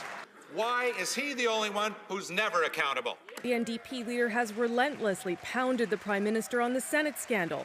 That makes Harper's reaching out to his rivals seem even more extraordinary, and maybe recognition the Prime Minister knows he has a blind spot when it comes to Quebec. Tom Mulcair spent decades there as a politician, a cabinet minister under Jean Charest. He was there in both 1980 and 1995. Mulcair better knows the players in Quebec and understands the stakes. I've known Pauline Marois for more than 30 years. She's a redoubtable political figure, and she's showing that. Note Mulcair's careful language there. He too has something at stake. He cannot anger soft nationalist voters, some of whom he shares with Marois. Marois' goal will be to flex her sovereigntist muscles without promising a referendum per se. Nous voulons garder l'agenda ouvert. The challenge for federal politicians to watch closely without provoking or stoking support for independence, which is why you hear Conservative MPs saying things like this. Quebecers, they don't want to discuss about independence, secession or sovereignty. They want to have a discussion about the economy. The federal Liberal Party has some experience fighting referendums and could stand to gain the most politically, a reality they also have to be careful of. The great majority of Canadians do want, as I do, and as my party does, want a unified Canada. So Harper's former Quebec man offers this key piece of advice. The thing that we need to watch is not the reaction of governments, it's the reaction of people elsewhere in Canada. They might say quite clearly to the Prime Minister, stop talking to those people in Quebec City, because they want to destroy Canada. On one point, almost everyone agrees if Marois gets her majority, she will only call a referendum if she knows she will win it, in which case all 3 major federal leaders may see themselves aligned around a common cause. Peter. All right, Rosie, thanks very much. Rosemary Barton in Ottawa. NDP would be willing to work in some sort of coalition with the Liberals. 2 years ago, over dinner, you told me that it was categorical that you had learned everything you needed to know about the Liberal Party during the 2008 coalition. What changed your mind? Well, read carefully what I actually said yesterday, and then you'll have an answer to your question. And it's the same thing that I've said in 100 meetings across the country. We're always willing to work with other parties. That is definitely not what you told me in 2000. We have said since the beginning the same thing. We will be running 338 candidates in the next election. That's clear. That's the mandate I have from the party. That's what I ran on. We're going to be running 338 candidates, but Canadians decide the type of parliament that they're going to give themselves. And we've proven over the years that we're always open to working with the others. We're a progressive party. My priority is to get rid of Stephen Harper's Conservatives. That's my priority. What we do once we form a government is what we've done in the past. What we did in 2008, which is to show openness to working with others. What we did even before that, when Jack Layton offered his support in response to a request from Paul Martin, but he said those $4.6 billion in tax reductions for Canada's richest corporations, they're going to be $1.5 billion for housing, $1.5 billion for transit, and $1.5 billion for post-secondary education. That's the way we've always worked. In 2011, across the country, people held up signs that said, work together. Canadians want a new vision for how we're going to do that. So what we're going to do is we're going to run 338 candidates, we're going to form a government, and we will work together for a progressive vision for Canada. That's what we've always said. Saying no to a formal coalition agreement. Canadians will decide what type of government that they're going to be giving themselves, what type of parliament will be formed after the election in 2015. But what we are saying is what we've always said, that we want a progressive vision. It is part of history that the NDP, and I worked as part of that, I worked to negotiate it. It is part of history that the NDP was willing to put so much water in its wine that it actually proposed a formal deal with the Liberals, and we know what happened with that. We remember Michael Ignatieff intoning that there was only a red door and a blue door. Well, what Jack Layton said is don't let the orange door hit you on the way out. That's not the type of thing Canadians want. They want to make sure that their progressive views, and Canadians are a progressive people, are reflected in their parliament. The NDP is the most progressive voice now in the Canadian Parliament. We hope to form a government in 2015. We've always shown a willingness to work with others.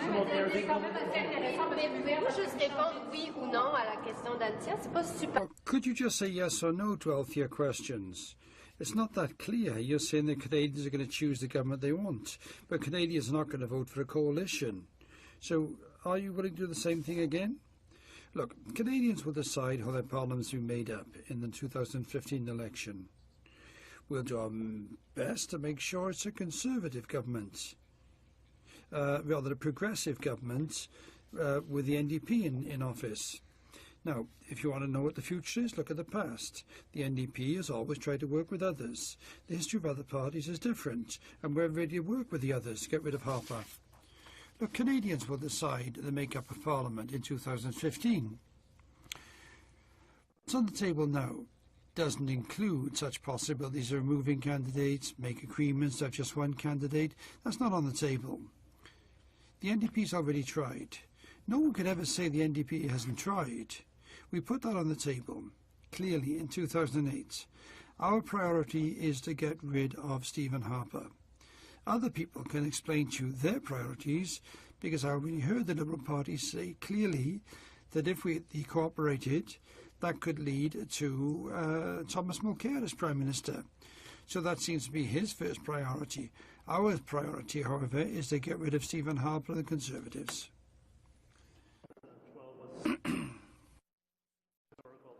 Irrefutable and non-negotiable. It is known. End of story. Full stop. In relation to the question of a coalition. Yes, exactly. So nothing's changed. They're two different questions. What will we do after an election when an NDP government is formed? We're going to work with others. And what will we do to get there? We're going to run 338 candidates. We're the only progressive party in Parliament. We hope to be able to form that government. We want to get rid of Stephen Harper's Conservatives. We think that they're hurting the country. We know that Canada is a progressive country. So we have tried in the past. No one's ever going to be able to say the NDP hasn't tried. The Liberals lifted their noses on that. Mr. Trudeau's already on the public record as saying that his concern, if ever we work together, is that I could become Prime Minister. My first concern is to get rid of Stephen Harper. If you don't win, will you establish a coalition? Coalition with the the Liberals if you win power, Allez-y, or Daniel. if the Liberals win? Daniel, j'attends votre question. I'll ask the two questions. At the Liberal convention, the message was centered on the Conservative base. Mr. Leslie talked about the Conservative base. Mr.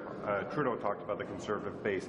Are you now trying to offer a message to the progressive voters who were not directly appealed to by the Liberals at their convention to say, by the way, we can form a coalition to get rid of Mr. Harper in the next election? Are you playing on that side of the fence, and also opening the door to a potential coalition depending on the results? What we're saying is this, that we plan to form a government in 2015. We have proven by our history our willingness to work with others. That's what you heard me say here again yesterday. It's what I've said in 100 town hall meetings across Canada. I often talk to people about the history because the question often arises. I say, look, people can never say that the NDP didn't try. I was part of the team that actually fashioned a formal agreement on that with the Liberals, because our priority in 2008, in the wake of the economic crisis, was to get rid of the Conservatives, whom we simply didn't trust, to be able to do what was necessary with the economy to save people. And the fact is 300,000 more Canadians are still unemployed today than when the crisis hit in 2008. So I think we did the right thing, and we showed our willingness to work with others. That's a history that we have in the NDP. That's what we're going to continue with. We're going to run 338 candidates. We plan to form a government. We've shown it before. We tried last week, even with the Conservatives on C-23. We sat down with them. We tried to work with them. We wanted to get cross-Canada hearings on what we consider to be a fatally flawed bill that will decrease democracy in Canada. We tried to get them to agree with us to work. Didn't work out. But that's who we are. That's the NDP. That's the answer that I continue to give across the country. The NDP has tried. We're going to continue to make it our priority to get rid of Stephen Harper's Conservatives. And yes, working together is always part of our history. Mr. Mulcair, thank you so much for taking the time to speak with us. Great to be here. I want to dive right into things. You're here taking a town hall tour talking about Canada Post. Is Canada Post viable in this day and age? Absolutely. Canada Post has made a profit in 16 of the last 17 years. The only year in which it didn't make a profit was the year that Stephen Harper locked out the workers. So of course it's viable. If we put an end to home mail delivery in Canada, we will be the only country in the developed world not capable of delivering mail into people's homes. That's nonsense, and there's absolutely no reason for it. And so you're engaging with residents trying to tell them about this? We've been going across the country. I was in a couple of the cities that were in the first hit list. We were in Fort Mac the day the list was published, and people were outraged. Been into some places in north of Montreal and places like Lorraine. People can't believe that they're going to lose postal service. And again, many of the towns that are going to be hit have very high concentrations of people with reduced mobility, seniors, people who really rely on their mail delivery. And we're quite shocked that Stephen Harper has actually taken this track. But you know what? We're going to ride this one out. We're going to make sure Canadians understand that the NDP will diversify the functions of the post office, have it remain viable. But yes, we're going to keep the post office going, and we're going to keep home mail delivery in Canada. And in Windsor, which is facing some pretty interesting situations of its own. We've got a very high unemployment rate here. Windsor, much like many other cities in this country, it's not doing the best. What can you do for Windsor? What can the NDP do? Windsor's been really hard hit. The manufacturing sector, since the Conservatives arrived, has been particularly hard hit. Not only do they do nothing to retain jobs, they actually take decisions that hurt jobs. If you look at the Heinz plant as a classic example, it's not enough for the Conservatives to just have an ideological view that you don't do anything in the marketplace.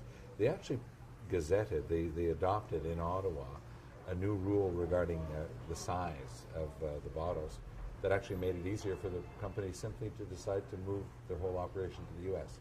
800 direct jobs at the plant, 1,000 indirect jobs, suppliers, people working in and around the plant.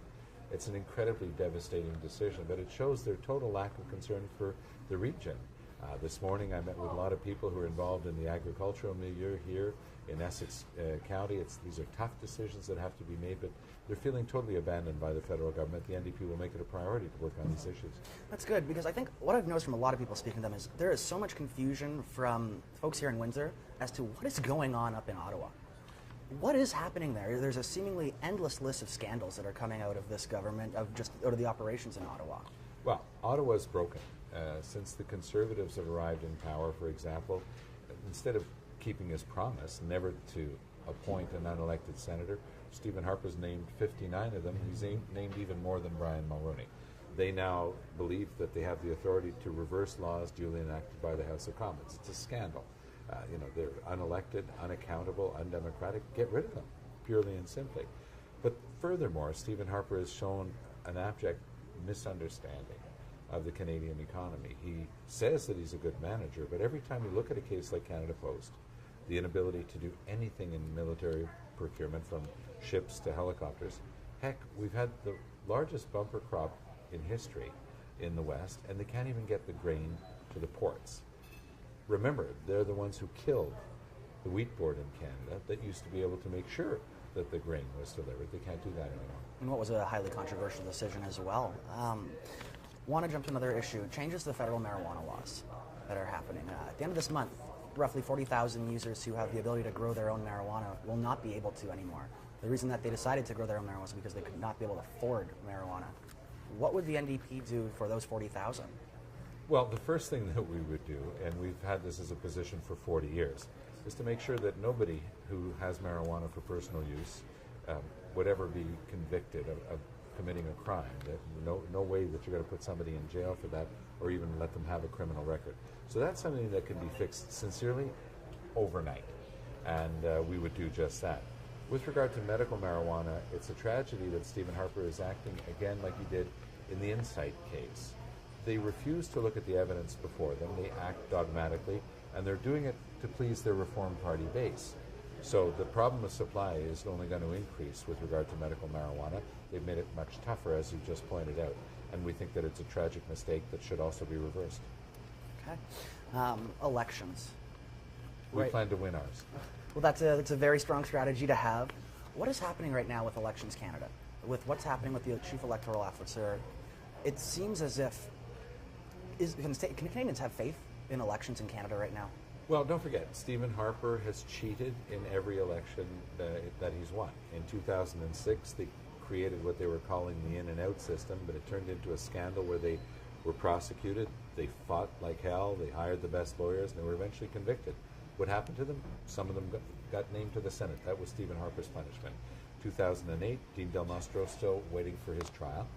2011, tens of thousands of Canadians received bogus calls, robocalls, telling them, oh, you're not voting in the school near your house where you've always voted, you're voting at a church across town, and this is Elections Canada. Personating an officer of Elections Canada, we know that that was done, because the courts have concluded that, using the database of the Conservative Party. So they're still fighting the whole thing in court, but what they're trying to do for 2015 is to front-load a whole new set of cheating. So there used to be a hard cap, a ceiling that you had to obey for spending. They're creating a whole new category that will be advantageous to the Conservative Party, new unlimited spending. They're taking away the ability for young people, First Nations, and seniors in particular to use what we call vouching. This is somebody else saying that you are who you say they are. They have to provide ID. There's no problem with that, but they're trying to twist some facts to say that there's been fraud. There hasn't been. And there's also a long-standing tradition of allowing people to use their voter card that is delivered to them as part of their ID. They'll remove that as part of your ID. Now, it's not just the NDP that's saying that. Mark Mayron, Canada's Chief Electoral Officer, who's been there for many years, is also saying the same thing as us, that there's been an abject failure on the part of the Conservatives to look at the facts, and what they're going to do is they're going to change the rules. They're going to load the dice, so to speak, in their own favor. That's what we call front-loading their cheating for the 2015 election. We want Canadians to know about that. And some of the people that might be most affected are young people, like myself, and a highly apathetic group who now are going to see it to be a bit more difficult to vote. Young people did not vote a lot in the last campaign. You're right, 65%, two-thirds didn't vote. But I wouldn't say apathetic. That wouldn't be my word. What I would say is we've got a very engaged young generation, but who sense that what's happening in either Ottawa or Queen's Park or Quebec City, for that matter, doesn't really concern them. That's the feeling that you get when you talk to them.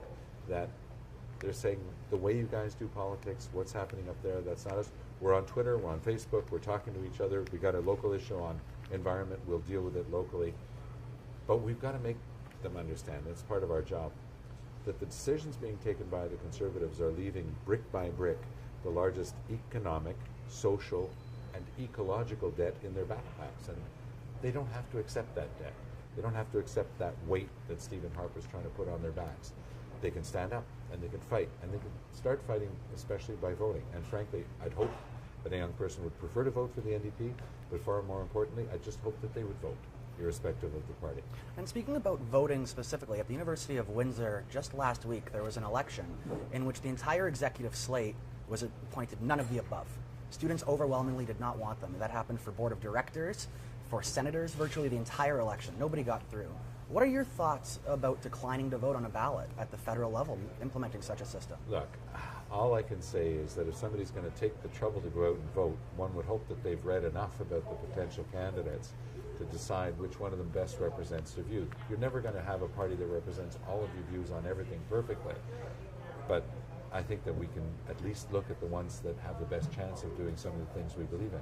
CSEC and government surveillance of ordinary citizens' phones, metadata tracking. What are your thoughts about these issues? Well, they say it's metadata tracking, but we don't really know, do we? And if you're tracking someone from their home to their doctor's office and you're listening to personal conversations, you're getting lots of personal information. So it's not true that it's just impersonal information about what they're doing and what they're phoning. This metadata argument doesn't wash. It's invasion of privacy, it's illegal, and the Conservatives have never allowed any real surveillance of that apparatus. They keep putting in party hacks to all these jobs. Some of them had to resign. One of them had to resign recently because of clear conflict of interest. So look, we're still calling them on this. We're still trying to push them hard. But the Conservatives actually take this Republican view. They might as well be the Tea Party. That governments just do this stuff, get over it, get used to it. Well, we think the Canadians deserve better, and when we form government next year, we'll make sure that that stops. Okay, two last questions, a bit easier ones. Why the beard? Yeah. Well, I've always had a beard. When I started law school, I was quite young. I was just 18 when I entered law school at McGill. And the beard, pushing whatever whiskers I could, I thought anyway, made me look older. But my wife and I met at age 19, and she's always known me with a beard, and it's just going to stay. If I win, I think I'm going to be the first Prime Minister with a beard since the 1800s. It could be very interesting to see that. And the very last question, I ask pretty much virtually every politician this. If you had to fight one horse-sized duck or 100 duck-sized horses, what would it be and why? You know, I've actually had this discussion with several people because I know it's a favorite question, but it had to be explained to me. I can only tell you this.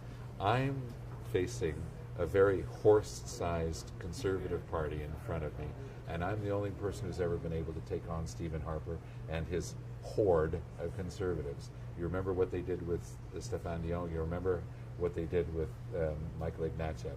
For the first time, Stephen Harper is facing a strong, structured official opposition, and that's what we're going to continue to do. Perfect. Well, Mr. Mulcair, thank you so much for your time. Thanks for It's the been a Guinness. pleasure.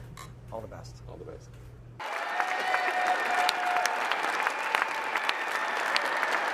Thank you. Now, it is a great honor to introduce the next Prime Minister of Canada.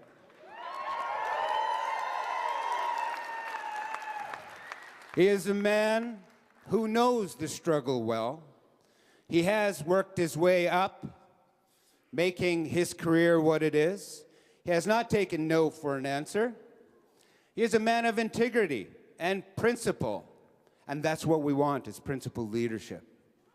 So we, as voters, have to make sure we vote principally as well. So ladies and gentlemen, let me introduce the next Prime Minister of Canada, Thomas Mulcair.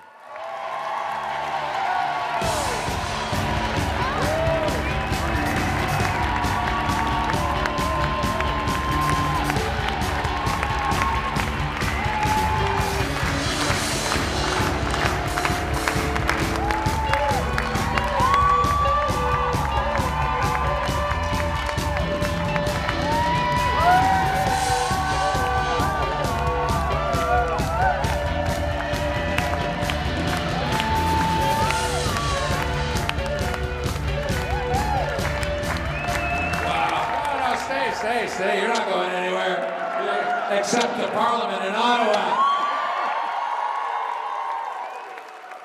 Linda, it's great to see the MPPs here with us. What energy! Quel courage on a été ce soir. You know, I don't know how many of you remember this, But the 2011 campaign that resulted in the Orange Wave and the NDP forming official opposition for the first time, you remember Jack Layton's first stop? Edmonton! And I couldn't be prouder to be in Edmonton for our very first nomination for the 2015 campaign. And that our candidate is the incredible Lewis Cardinal, who will be the next MP from Edmonton Centre.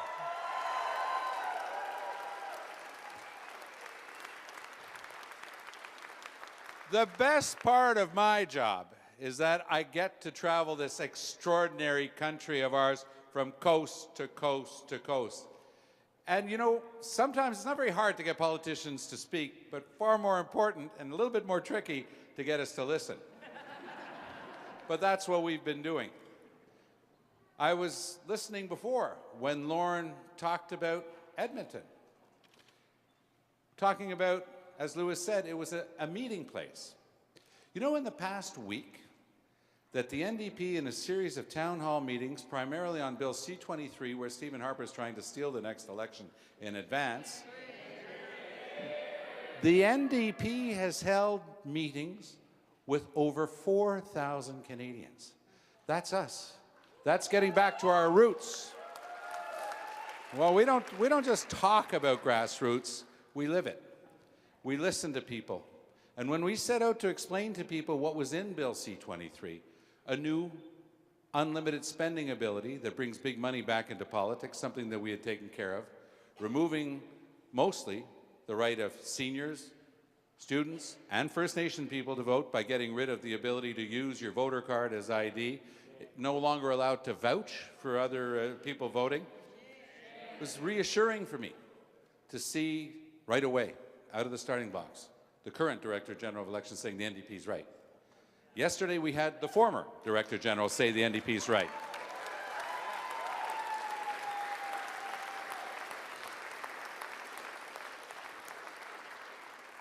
But look what Stephen Harper's wrought. And understand one thing. Stephen Harper believes he can take the vote of Albertans for granted. Well, I've got news for him. We're going to get Lewis Cardinal elected. We're going to get Lewis Cardinal elected because of the incredible work he's done and the fact that we were able to pull together so many of you tonight with all this energy and enthusiasm speaks volumes about what his ability is to excite people about what we can accomplish together. And that's what the next election's about. You know, Stephen Harper's been telling us now, he's in his 9th year, that our kids better get used to it because they have to settle for less. That what we had in our previous generation, they can't have. Look at the wall that he's building for 2016, and he's giving us advance warning. I'll give him that. He's, for example, saying that in 2016, he's going to take away $36 billion in the projected transfers for healthcare. He's telling you that you don't work hard enough, that you're going to have to work to 67. You can't retire with dignity at 65 as far as he's concerned. Oh, by the way, he didn't go tell that to a bunch of hard rock miners in the north. He said that to a meeting of billionaires in the Swiss Alps. Those are his buddies. And he was strutting his right-wing stuff, telling me, I've decided Canadians don't work hard enough. He's putting that off till 2016 as well. Today he added a new one. He's not going to actually buy the F-35s until 2016. So he's got this wall that he's setting up. He's going to fool around with all sorts of different systems and programs in government.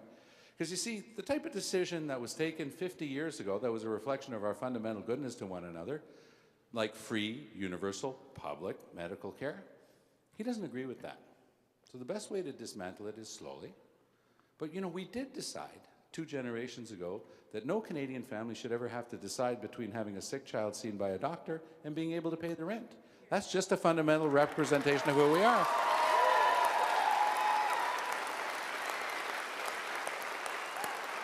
Good for you.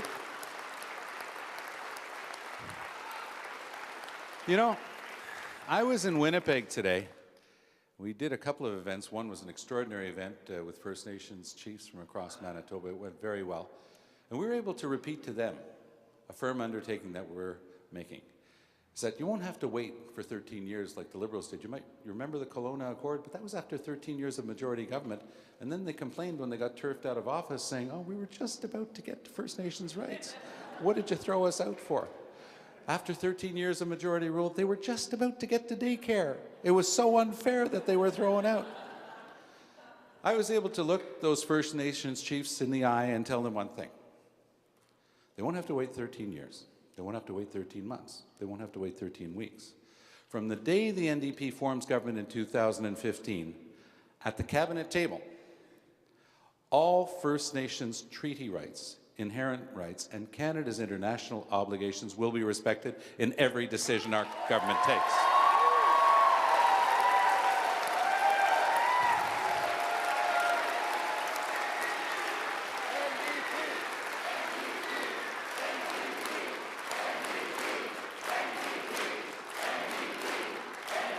But you know, it only makes sense. It only makes sense.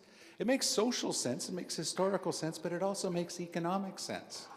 Because unless we respect the rights of First Nations, we're going to have repeats constantly of the situations like we see on the West Coast with things like the pipeline that they're just not able to get through to the Douglas Channel. Why? It's not very complicated. They haven't respected First Nations rights, and they're not respecting the environment. On the East Coast, the same thing with fracking. So these are repeat problems that are actually going to be solved with an approach that business likes, which is predictability. We're not going to wait till the end of the process for them to find out that something's missing or wrong. From the beginning, we're going to work with business. We're going to make sure that they understand the clear rules. We're going to enforce them, and we're going to apply them equally to everyone. And that'll be predictability, and that'll be fair.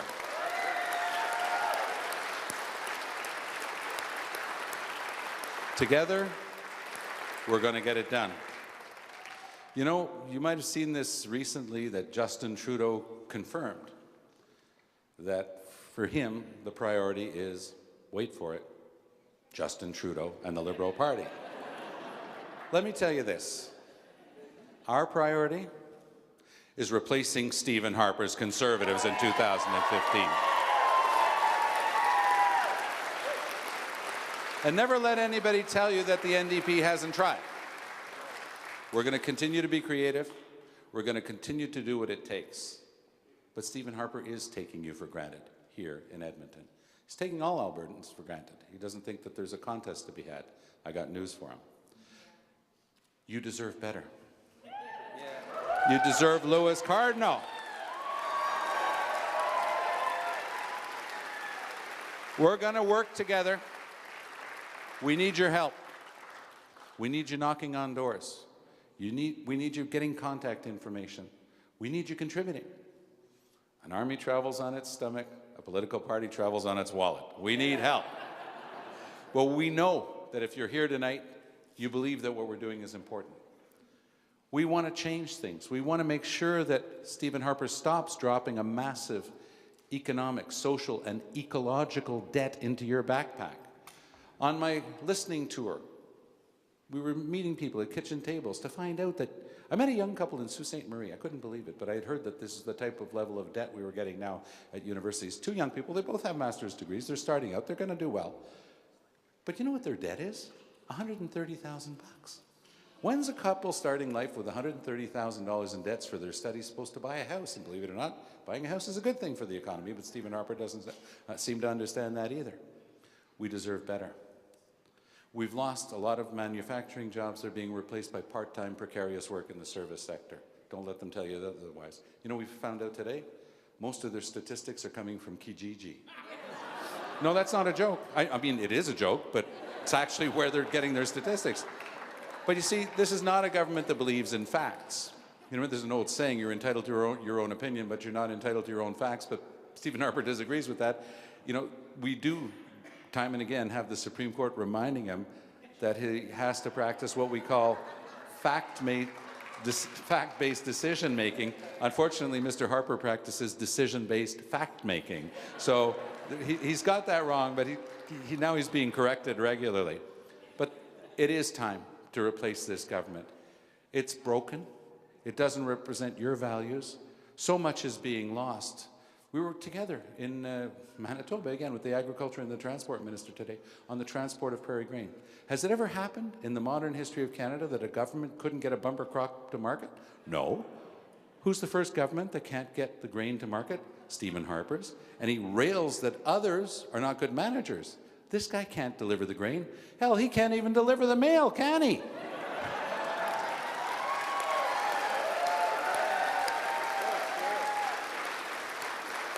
And he's going to give other people lessons about being good managers. You know that in the post office, I see one of the great postal workers over there, they had a profit 16 of the last 17 years. The only year that they didn't have a profit is when Stephen Harper locked out the postal workers.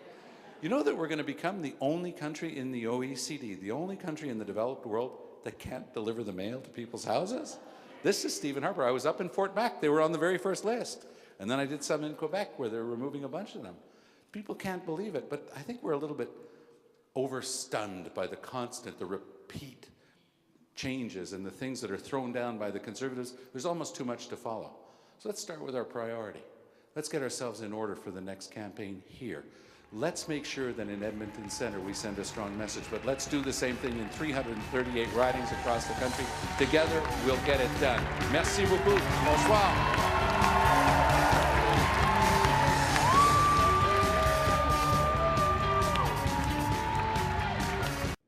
Thomas Mulcair was in Peterborough this morning networking with local business community members and then spending lunch at the Peterborough Chamber of Commerce. One hot topic, our city's railway system. Here in the regions, we've got often problems with regard to train service. I think it would be a great idea if Peterborough were to be linked straight to downtown Toronto, and that's the type of thing we can do because you've managed to hold on to the track system itself. In too many places in Canada, we've actually lost that. Actually, the railway was a really interesting topic because it kind of represents the topic of infrastructure right across the country and the balance between the people who pay for it, all the taxpayer, but federal, provincial, municipal, and sometimes private enterprise, all involved in public infrastructure, and rail is just one of those. But it seems the big thing everyone back on Parliament Hill is talking about today, the resignation of Stephen Harper's right-hand man, Dimitri Soudas, who stepped down over the weekend amidst a controversy over his fiance's nomination bid in a suburban Toronto riding. Mulcair says this is a reoccurring problem with the Tories. Now, the Conservatives have been saying that they were going to have fair and open nomination processes, and Mr. Soudas was told that he wasn't to be involved in that, and yet we find out, according to them anyway, that he was trying to interfere in the selection of someone who's close to him personally. And again, this is removing from people their democratic right. Following his lunch downtown, Mulcair then went to meet with young voters at Trent University, speaking to this group of students this afternoon. In the 2011 campaign, fully two-thirds, 65% of young people aged 18 to 25 did not vote. Now, there might be some technical reasons for that. The May 2nd election didn't make it easier for students. But right now, there's a bill on the table that would make it even more difficult for students to vote. We're going to look at that carefully, and we're going to try to explain to people why it shouldn't be adopted as is. Mulcair was only in Peterborough for the day, returning to Ottawa tonight, and it seems he will be returning to a scrutiny of questions on allegations of improper use of House of Commons resources for partisan purposes, a charge that just surfaced late last week. Melody Belfry, Checks News Watch, Peterborough. Trudeau will never know what middle class means. He just doesn't understand the real challenges that families are facing, never has, never will.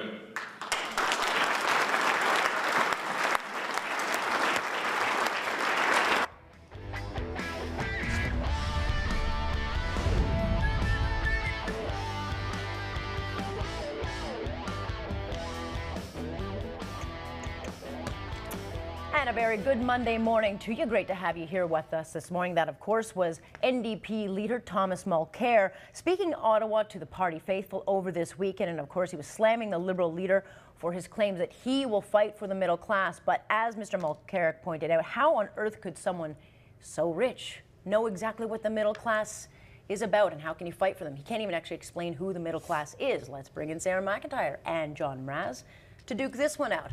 So, The pile-on has begun. We're going to start with the middle class, and then we're going to start talking about the comments that he made on Iran and Ukraine on Friday. But let me start with you, Sarah. So Mulcair has a lot to lose here with Justin Trudeau, and clearly he knows he's being threatened, and that's why he's lashing out and piling on. Yeah, I mean, it's about time that Mulcair came to the party. I mean, he's his biggest threat obviously isn't Stephen Harper, it's Justin Trudeau, and so he's taking direct aim not just at his competitor, but also at his bread and butter issue. You know, it's the NDP. They like to play the class warfare, the class conflict, and so Justin Trudeau's been trying to own that, because a lot of people, whether or not they actually fit into the middle class, actually self-identify as the middle class. I think all three of us probably think we're in the middle class. We asked John last week 3 different times for Mr. Trudeau to tell us exactly who is the middle class, what is it? And each time we got a different answer. Does he need to sharpen his message? Are you surprised that he's not kind of getting... I think this is terrific. Thomas Mulcair tried to ignore Justin Trudeau for, what, a couple years now. Justin Trudeau was the man who could not be named. He was not a threat. And all of a sudden, he's had to start saying Justin Trudeau out loud. It must be bitter taste in his mouth. I love to see the angry man struggle. And by the way, saying you can't imagine what it is to be something else, well, Mr. Mulcair, can you imagine what it is to not be a Quebecer? Because he spent his whole weekend on talking points saying, I am the only one who is a Quebecer, I'm the only one who could vote in the election today, suggesting perhaps maybe he can't imagine what it's like to be somebody from the rest of Canada?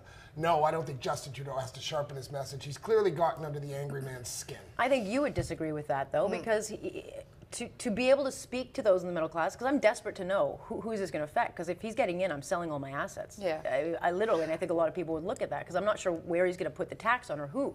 Yeah, no, I actually will probably disagree with you there. I mean, someone like Mitt Romney wanted to be president of the United States, and I think he understood, you know, what was important to grow an economy, what the right incentives were, and what the role of government was. So just because of where you stand in your own personal income bracket, I think that doesn't mean that you. And I do agree with you on that. Yeah, precludes you from understanding what it takes to grow an economy. My issue is more that he hasn't been able to define it. Yes. Well, that, and I mean, some of his other, you know, positions he's taken, policy positions such as the budget will balance itself. So, you know, those are more worrisome to me than simply the fact that he came from a well-to-do family and, you know, charged $250,000 in speaking fees while he was an MP. But that when did we start getting angry at people for when and to whom they were born? But that narrative worked very well in the United States during that election, and I agree with you. I don't care what he did. And when did we start getting mad? I mean, Liberals or Conservatives, both capitalist parties. When did we start getting mad at people who were making money? The Liberals got mad at a long time ago. But let's face it, it worked very advantageously for you. Stephen Harper, Justin Trudeau, and Thomas Mulcair are all playing class politics. Stephen Harper talks about the middle class just as often as Justin Trudeau does. Sure, but I get the sense that if I asked Stephen Harper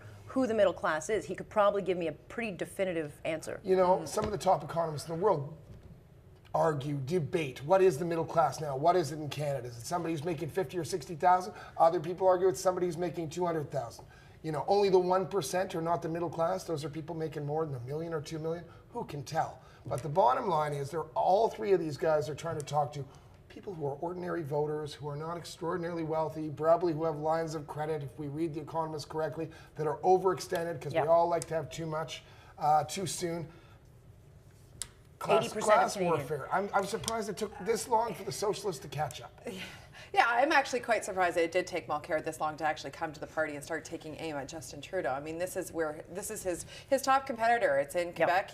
These are where his seat, where, you know, he's got the most to lose, and he's speaking the bread and butter language that the NDP has traditionally always owned, especially, you know, under Jack Layton. It was the working man, it was the blue collar man. We've changed that now to middle class, which is obviously a much wider swath, and so it applies to more people. I would also like to thank Mr. Mulcair for his vote for the Liberal Party in Quebec today. He must, you know, there's some socialism right there. And I've always noticed the NDP don't run candidates in Quebec because the Péquistes and the Sovereigntists were their direct competition. They were the socialists. Look at this guy. He's voting for the center-right party. Oh, well, he can't possibly vote for separatism. I mean, that he'd be done. Paramedics rushed to Flaherty's Ottawa condo shortly before 12:30. There was nothing they could do. Flaherty apparently suffered a massive heart attack. And as word spread to Parliament Hill, disbelief. I have not heard that. I have not heard that at all. This is the first I've heard of it. My goodness. There's general agreement that the House will now suspend. Question period was suspended, political rivalries forgotten as MPs shared words of condolence. Astonished Conservative MPs then gathered in their caucus room, that sense of disbelief still heavy in the air. Prime Minister Harper confirmed the worst. I learned a short while ago that our colleague, my partner and my friend, Jim Flaherty, has passed away suddenly today. Flaherty was many things in addition to being a formidable politician, a hockey star who attended Princeton University on scholarship, fiercely proud of his Irish heritage, evidenced by the green ties he habitually wore. He wasn't a big man, but skill and toughness made him a standout on the ice, as a lawyer and as a politician, first in Ontario and then as finance minister in the Harper cabinet. It's just so bloody sad. I remember being in Rome with Jim, and we sat one night and had a couple of beers, and he looked like a little altar boy. He was so proud to be in Rome. Today, his political opponents recalled Flaherty's good humor and friendships forged across the partisan divide. He always had that impish, almost leprechaun style of his Irish heritage, of which he was so proud. We're very, very sad for the loss of a great Canadian. Jim Flaherty was an extraordinarily dedicated public servant. It's a devastating loss, and he was a very fine man. I disagree.